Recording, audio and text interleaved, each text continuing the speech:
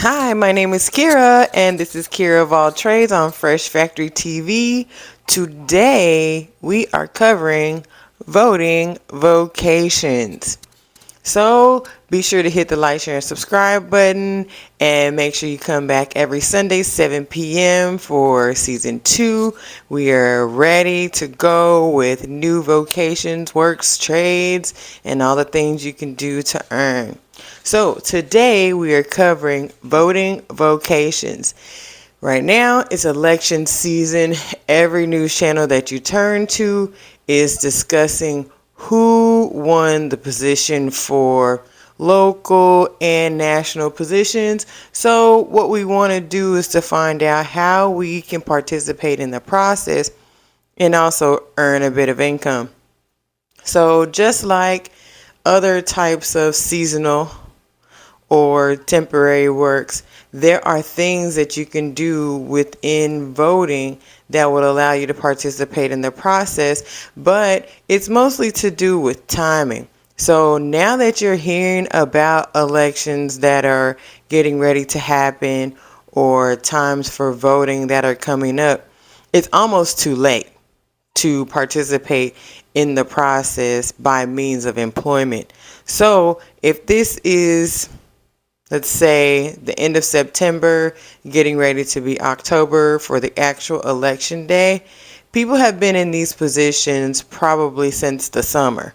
So put a note in your calendar that when the time comes for either local or national elections, that if you're interested in this level of work, that you participate in the employment process by putting in your application, doing searches in the summertime or maybe beyond. And also take into consideration that there are people who work in election type jobs in the departments that have to do with voting all year long. But there are also the positions that we're going to cover today, what some would consider to be temporary or seasonal, that majority of people can find a way to participate in. So the first one is a poll watcher. A poll watcher's position is a person who's appointed to observe the conduct of an election on behalf of either a candidate, a political party, the proponents or opponents of a measure. So that's specific purposed political action committees or PACs. So as you can hear, the term poll watcher is pretty broad, and there's lots of organizations that can hire someone to do this type of work. And the point is that if you're looking for this level of vocation, you can find this with searches that are started in many different locations. You can look for them related to a specific candidate. You can look for them related to a specific political party. And then people who are either for or against a specific group or vote that they're looking for. So they're all going to be looking for people to do this position, and also obviously for the local government or the national government, etc.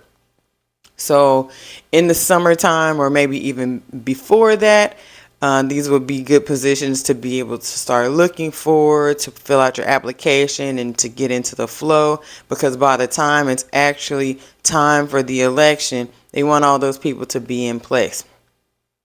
Next, we have a clerk. So a clerk assists a judge with setting up the voting center, meaning that needs to be done well ahead of the actual vote. They complete voter check-ins. They assist voters with election equipment, making sure that people know how to use exactly the equipment that they have when it's time to vote. They assist voters with curbside voting and assist judge with closing the voting center when it's all said and done. So this is a process that needs to be taken care of in many different locations by many different people. So there is a large swath of people who can be chosen for these type of positions, but again, you just need to be in place in a timely manner. So the actual judge. The judge position is a position that hires election clerks and coordinates work activities. They attend training. They pick up supplies from the assigned regional site. They set up the voting centers. So this is not like an actual judge. This is a voting judge, and these are positions that are, again, to do with the election. They oversee the election day activities. They complete paperwork, and there's actually an order of operation for all the things that need to be set up, planned, thought about ahead of time for the election to take place in a specific location. And then there has to be someone who's responsible for making sure that those things happen. As you go through, take into consideration that all of these positions that I'm speaking of have to have a certain flow that go together with each other. So majority of them will be working together, but there's going to be an organization that's going to be over it, whether it's state, local, that has the laws that are in place that one needs to swear into to say that they will follow to make sure that they're doing things in a way that is lawful. Next, a voter translator. And this is really important for the location that one is in. So for a Texan, for instance, es muy importante to have all of the location information present. So the location information are things that tell you what type of people are located in your area. So for a person who is a voter translator, they educate voters in foreign languages both leading up to and during election day. So if you speak the language that is somewhere nearby, for perhaps Mexico, if you're Texan, there's going to be a lot of people that speak Spanish, but there's also people who came from every other location that may need a person to be translated. Specifically, different areas might have a person who needs to speak Chinese or a person that needs to speak anything. Hangul, there's other people that need to be able to speak different languages. Arabic, for instance, for all the people who are nearby their location or in their location that need to get that information put into their language so that they have the opportunity to vote. Because regardless, if you have all the other qualifications to vote and the language barrier is your only issue, there should definitely be someone to assist you there. Do keep in mind that in order to be a translator in many situations, what you'll need to do is pass a bilingual exam and to take a basic training course. But do know there's not like some big grand requirements in general that keep you from being able to help people. So if you have the skills to be able to translate and you're saying, oh, I'm not a professional translator, a lot of times you don't have to be, but you should use the skills that you have to assist the people that you can. So what do you do if you're a student? What do you do if you're not 18 and you're not able to vote? You can also participate as a student election worker in a lot of cases. So high school students that are around 16 years old have the opportunity to participate in the electoral process by serving as election clerks. So election clerks are essentially those positions that we talked about, but they are made specifically for students. And a student who is around 16 years of age or older who's enrolled in a high school homeschool program, any of these programs is actually eligible to participate. You have to receive written authorization, obviously, to participate in any kind of work type scenarios, but there is a lot of times not any specific requirements that say, oh, you have to work in this specific area because you're 16 and not 18, as long as you have permission. So take into consideration that, again, these jobs are taken up quickly. So please be aware that if you have a kid that's coming up, that you want them to participate in any of these election processes, if you want them to get to know how the process works for voting, how government works, etc., this is something to be looking forward to well ahead of the actual election time. So next we have the election clerk. The election clerk works underneath the supervision of the judge. Also, the student election clerks may assist with the same type of task. They organize the poll places before they open. They ensure qualified voters are permitted to vote. So these are things like helping them to sign the end of their voter registration. These are things that are done well ahead of time of the actual voting. And they make sure that everyone who's there has everything that they need. Do you have your voter's registration card? Do you have your ID? Do you have all the things that you need? They check in and process voters, again, with those items that I mentioned. They distribute ballots to registered voters whenever we're talking about paper ballots. They answer voters' questions, and they explain how to use the voting equipment in the case that it's an election that's done electronically. There are lots of benefits of participating in the election process. Not only are these jobs that pay, but these are also ways that people on an individual level can get to know the process of what happens behind the scenes. Most people just know that you go and vote the day of, or maybe whenever you go and sign up for a driver's license or renew, they ask you, do you want a voter's registration card in your county? Well, a lot of things are happening behind the scenes. And even sometimes, if your background is not necessarily one where you might be able to vote, you may even be able to work in a position in these areas so that maybe if you're not able to vote, you may be able to participate in another way. There's always information that's available in different locations, whether that's your local government office, etc., that are going to be able to give you more details about these.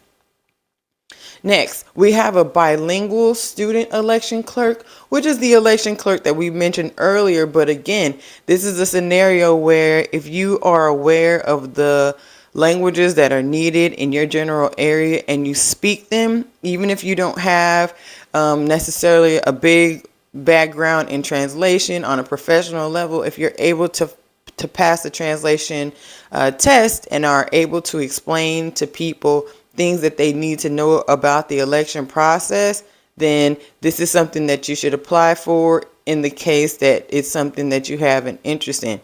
People need to know. And again, this is a situation where if you're a student and all the other things apply, you can participate in the program even as a student.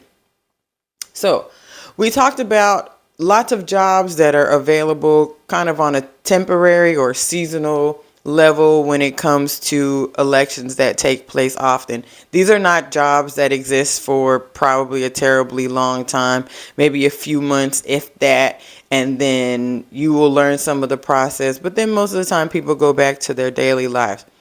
Do understand that there are also processes that are happening all year round. There are people that are full-time employed within the election process so they can keep things flowing. And I want to give a couple of examples of positions like that. A voter education and outreach program technician. So this person works as a coordinator and liaison between the internal and external partners, meaning they talk to people inside of voting organizations, election organization, government, etc. And then they also give this information out to the public or give it to potential people who are going to educate the public on educational programs. So what happens when you when you know that it's time for elections, it's probably because you've seen an ad. It's probably because you've seen some type of information that was distributed out. It's probably because someone is talking about the fact that they're coming onto the ballot and they want your vote. These are all positions that require an outreach coordinator in between, because someone is saying, what is it that is the most relevant information now? And then how do we convey this information out to the stakeholders or the people who are involved in the process, meaning the voters or the educational information distribution groups that need to know this. Also, there is a departmental training coordinator who is training all of these people who are temporary workers, who is giving them a step-by-step to explain to them what their responsibilities are if they're a temporary or seasonal worker. There has to be someone who is on board throughout the year who is able to explain in written form, who is able to develop training, who is developing things like tests to make sure that these people who have received this training have retained the information. And that would be someone like a departmental training coordinator. There are levels to how this position are written as far as the title is concerned, but whether it is for national or local governments or national or local groups, they all are going to have their message to the individuals involved given, and it has to be done in a professional manner to where the recipient can receive the information, and someone will need to organize and create this training on a continual basis so that it is done to excellence in a way that everyone can receive it and get the information that they need. Last but not least, on today's voting vocations episode is an absentee ballot coordinator. So this one's near and dear to my heart because people like military veterans or people that are in the military do things like absentee vote within their state even when they're not located there. If someone's overseas, if someone has been deployed, if someone's in training, XYZ, there's a million reasons why people need to absentee vote, but there has to be someone who is responsible for ensuring that once the vote is received, that it follows the course to be able to be put in the correct area, counted, and ensure that their vote matters. So someone like an absentee ballot coordinator is going to be a position that is related to processing and the maintenance of absentee ballots, as well as clerical and customer service support for office operations. This is part of the bigger goal to make sure that everyone's vote counts, and every county and every city and every state and total government has a different way to describe this specific role. It also might be rolled into other different titles, but the point is that absentee ballots matter and they need to be counted, and there's a customer service aspect that comes with it to ensure that people who are participating in the voting process using absentee ballots know what is expected of them, the timelines, and ensure that their vote counts. So that's it for Kira of All Trade Voting Vocations. Thank you so much for joining me. Make sure to come back every Sunday, 7 p.m. for the next crop of positions that we talk about. We're always looking for positions that are going to be beneficial and try to give an explanation on things that you can participate in and how. Again, thank you for coming to the show. Again, my name is Kira. This is Kira of All Trades on Fresh Factory TV. Bye.